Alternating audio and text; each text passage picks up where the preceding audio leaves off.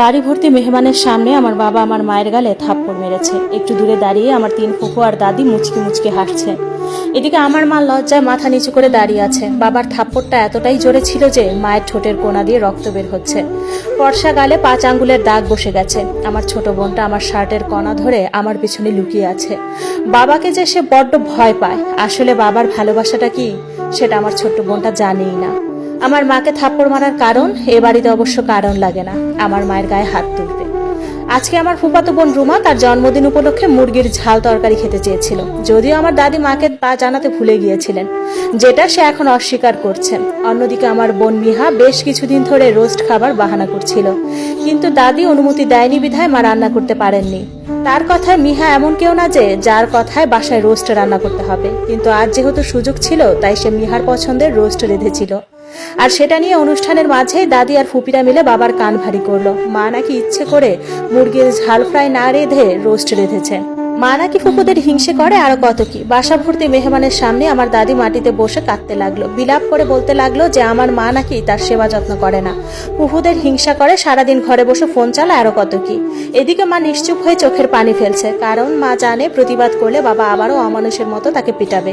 কিন্তু আজ আমি সহ্য করতে পারলাম না, সবার সামনে চিৎকার করে উঠলাম আর বললাম, আর কত মিথ্যে বলবে দাদি? আজ সকাল থেকে আমার মা একা হাতে এতগুলো মানুষের রান্না করেছে, পাশাপাশি ঘর দুয়ার পরিষ্কার করেছে একা হাতে। তুমি আর তোমার মেয়েরা তো ঠিকই ঘরে বসে সিরিয়াল দেখছিলে। আমার মা যদি ঘরে বসে ফোনই চালাতো তাহলে এতগুলো রান্না করলো কে? তোমার এই পুরো বাসা সাজালো কে দাদি? আমার কথা শুনে দাদি কোনো জবাব খুঁজে পেলেন না। বাধ্য হয়ে বাবার সামনে আবার ন্যাকা কান্না শুরু করলো। বলতে লাগলো, দেখ বাপ, সামান্য একটু রান্না করছি দেখে খোটা দিয়ে দিল। তোর বউ আমার নাতিটাকেও আমার বিরুদ্ধে উস্কাই দিচ্ছে। তুই এর বিচার কর, ছোট মানুষ হয়ে কিভাবে আমার মুখে মুখে তর্ক করে। বাবা এবার আমার দিকে রাগী কণ্ঠে বলল, সাজ্জাদ, বড়দের মাঝখানে কথা বলতে এসো না। আমাকে রাগানোর ফল কিন্তু ভালো হবে না। কি করবে তুমি? হ্যাঁ, কি করবে? মারবে আমাকে যেভাবে আমার মাকে মারো তোমার মা আর বোনদের কথায়? আর পারোই বা কি তুমি? তুমি ভালো সন্তান আর ভাই হলেও ভালো স্বামী আর ভালো বাবা হতে পারোনি বাবা।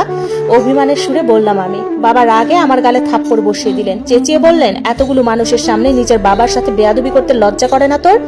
আমার খেয়ে আমাকেই তেজ দেখাস? না, করে না। যেমন তোমার করেনি লজ্জা এতগুলো মানুষের সামনে আমার মায়ের গায়ে হাত তুলতে। আর খাওয়ার খোটা দিচ্ছ? কি খাও তুমি? সব ভালো ভালো বাজার করে দিয়ে আসো ফুপুদের বাসায়। ফুপুরা সেসব ভালো ভালো রান্না করে তোমাকে আর দাদিকে ডেকে নিয়ে খাওয়ায়। কিন্তু ওসব খাওয়ার সময় তুমি কি একবারে ভেবেছো তোমার বাচ্চারা বাসায় কি দিয়ে খায়? কোনোদিন তোমার বোনদের বলেছো তোমার বউ বাচ্চার জন্য যাতে একটু খাবার সাথে দিয়ে দেয়? বাসায় প্রতিদিন আমরা সবজি বা আলু ভর্তা দিয়ে ভাত খাই। দাদির তো সেজ ফুপির বাসায় যে খেয়ে আসে, কেননা তুমি সেখানে হাত ভরে বাজার দাও আর তুমি নিজে ব্যবসার জন্য দুপুরে রাতে হোটেল থেকে খেয়ে আসো। কিন্তু